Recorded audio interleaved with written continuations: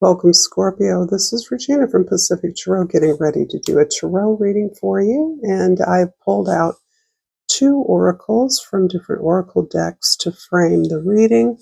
But I will get started with the overall energy of the King of Wands. And this reading is occurring during Saturn and Neptune's conjunction in 0 degrees Aries, which is an important placement for the entire planet and globe, for the entire social order. However, I think that Saturn in particular is softening, is dissolving structures of our lives, of our behaviors, of our social order. Those institutions we have relied on are crumbling before our eyes as we seek to build something that seemed impossible. And that is clearly relevant in our individual lives, but it is equally, if not more important, to the planet as a whole. So the King of Wands is placing you very strategically in some kind of a leadership role here. You are moving through inspiration.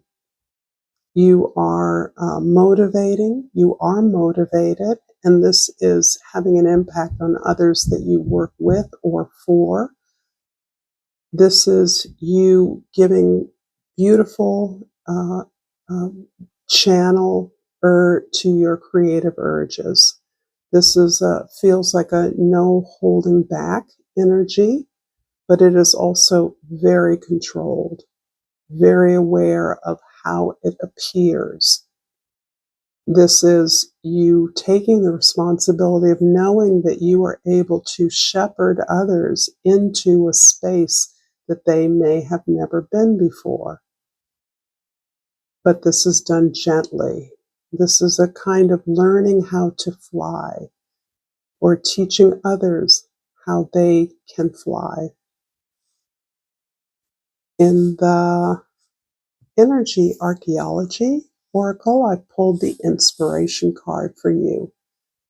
And it is coupled with parts of the skeleton, but I'm going to read simply the wisdom. And when in balance, this card, keywords are guidance and creative impulse. When it is out of balance, the keywords are searching and seeking. And the wisdom reads, the magical melding of yourself, your higher self, and inspired guidance is the impetus of conscious creation. To do anything with inspiration, to move it from the etheric to the physical, it must be embodied. The role of the parietal bone is to integrate what it means to be moved, understanding divine inspiration, not as something separate from the self, but as something integral to it. To move with inspiration means you cannot hold it too tightly. When you restrict this flow of energy, you restrict others as well. You stagnate in identity, repress your dreaming self, and place expectations around what you are creating. When you hold the impetus of conscious creation tightly, it cannot do what it's meant to do. This creative portal is a channel to the flow of the divine energy, beings, and inspiration that are here to guide your co-creative life. Inspiration desires to move your head to your heart and attune how you receive and give.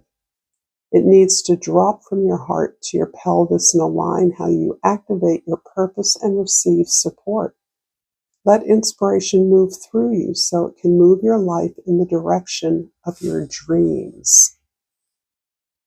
And this is coupled with the self-esteem card. I possess gifts of the soul that benefit me and others.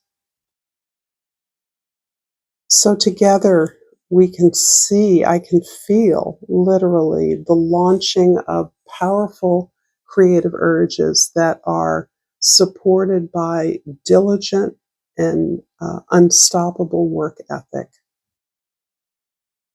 In the 10th house, the house of your social identity and the way others see you, Seven of Pentacles describes you evaluating your efforts to date, looking somewhat critically at how much effort you expend and the results you receive from those efforts. You are looking at ways to be more efficient, to not work so hard. And for some of you, the practice of your work, your expression, may require long periods of intense isolation in order to build up the completion of a project. So I'm thinking very specifically of a painter as an example who must spend countless hours in the studio crafting, building up a body of work, not simply a single painting. Or a writer who has to spend months and sometimes years in relative seclusion with occasional interaction with others who are supporting and helping the writer to manage their product, to edit it, to make sure that it is receives the feedback and the shaping that it deserves. So these are examples of the way that you are calibrating the time invested in your effort, your business, your practice, and what kinds of rewards you anticipate receiving from that effort, from that investment. In the first house, the sun. This is your perspective. This is the way you see the world. You are joyful to be alive. And with this kind of creative impulse, kind of guiding, leading you, directing your efforts, I can see the almost exhilaration of the efforts you expend. You definitely are the guiding light, the heart of an effort. And your presence, your effort is what keeps other members on the team, your team, clear about the opportunity to experience work towards some kind of excellence, some kind of standard that is important, that holds the team accountable to one another. And this resides in sheer beauty of the experience of life. And consequently, your right, your joy in being who you are. In the fourth house, the house of your home, your family, your foundation, the Empress. This is about the rightness of where you are in your life, the rightness of your gifts, your ability to manage them in community, your willingness to support others, to do their part, to improve their part, the constant attunement that is required for you to recognize the needs of others and help others to help themselves. There's also a way in which you are learning to receive the love and recognition that you deserve. And for many of you, this may be the heavier lift here, that you are full of inspiration and support for others. It may feel somewhat uncomfortable to have that attention spotlighting you. But that is what you're working towards. You're aware that you are placing yourself in the spotlight through your efforts, through your outpouring of expression, and that this is the logical a place or destination for what it is you're creating. It feels as though it is a wide audience that you are speaking to, and that you personally are emblematic of the effort, of your reach. In the seventh house of significant others, the Ten of Wands talks about how much work it continues to be for you to release, for you to carry your responsibility, your sense of responsibility to others, to a community, to a family. And the difficulty in releasing what is no longer yours, what no longer serves you, what no longer reciprocates your effort. This is something you've been working at for a very long time. This can be a lifetime effort where you have understood that you are obligated to others who don't necessarily uh, feel that sense of protection or responsibility towards you. I think you're okay with that in the main. I think that you're understanding in order to achieve what it is you're currently working towards, this needs adjustment. This needs a lot of adjustment. And I do feel that your project is about serving a large portion of the world, a large audience, a large community. So there is a sense that you have undertaken this responsibility and are expressing it, serving it through your creative skills and talents. However, there are peripheral uh, relationships or contracts or exchanges that are beyond your capacity, and you understand that. And you have to release many, if not most of them, in order to accomplish this goal that you've set for yourself. If this is resonating for you, Scorpio, please like, share, subscribe to my channel. I appreciate all the ways that you support me in whatever way that is. And for the Sun card, clarified by the Eight of Wands, the Empress card in the fourth house is clarified by the Judgment card, the Ten of Wands by the Three of Swords, and the Seven of Pentacles by the King of Cups. So in the first house, the Sun is clarified by the Eight of Wands, which is indicating rapid movement. Boy, there's a surge of energy. There's quite possibly a surge of attention through whatever it is you're working on, whatever you're engaged in. Others are noticing you. You are being invited places. You are being presented with opportunities to work with new alliances, new associates, or with people who are working towards a goal you are deeply aligned with. Understanding that you can have a major impact by joining in. This feels like a way to advance your project, an opportunity to advance that. In the fourth house, the house of your home, your foundation, the Empress is clarified by the Judgment.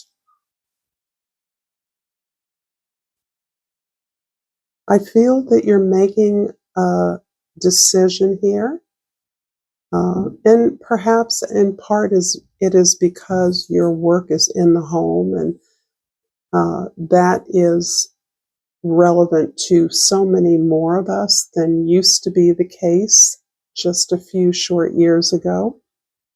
But because you work in the home, you're making decisions about how much of the world you can let in order to achieve your goals. I think you're making some very clear judgments that put you in a clear path forward to achieving this particular project, this effort, this expression that is important to you. Underneath this, you understand that what you're creating is of service, can be, will be, is intended to be of service to an audience, to others, to those that need some kind of assistance, some kind of support, some kind of understanding. needing to be seen. And this is part of your project, providing visibility to audiences or a population or a community that is underserved, not seen, not visible in healthy ways. In the seventh house of your significant others, the 10 of Wands is clarified by the 3 of Swords. You're a very deeply sensitive, deep feeling individual who has suffered many disappointments, many heartbreaks. There are things that you even see as failures, but you understand the pattern that you have participated in at this point. This is a lifelong pattern. Some of it is around trauma you've experienced, abuse you may have experienced, not all of you. And when I say abuse, I do not mean necessarily physical violence, but certainly we all are aware that words, neglect, the lack of words or attention can be a form of serious abuse as well. I do think understanding this pattern has made it even more difficult to be aware of how you hold on to it. And it's natural in many ways to hold on to a pattern that we have come to understand has been embedded in our lives, in our behaviors, in our families, in our generations. But you consciously work very hard to release this negative pattern that you recognize you have selected over and over again in the past. This is absolutely either bonding you with an advisor, a therapist, a counselor, or it is a way in which you are holding back from entering into any kind of significant relationship, focusing on the need to heal as a priority. And in the 10th house, the 7 of Pentacles is clarified by the King of Cups. I feel so much strong and powerful undercurrents of emotion, of trauma, of experience that has been damaging, hurtful, so much suffering that you've experienced.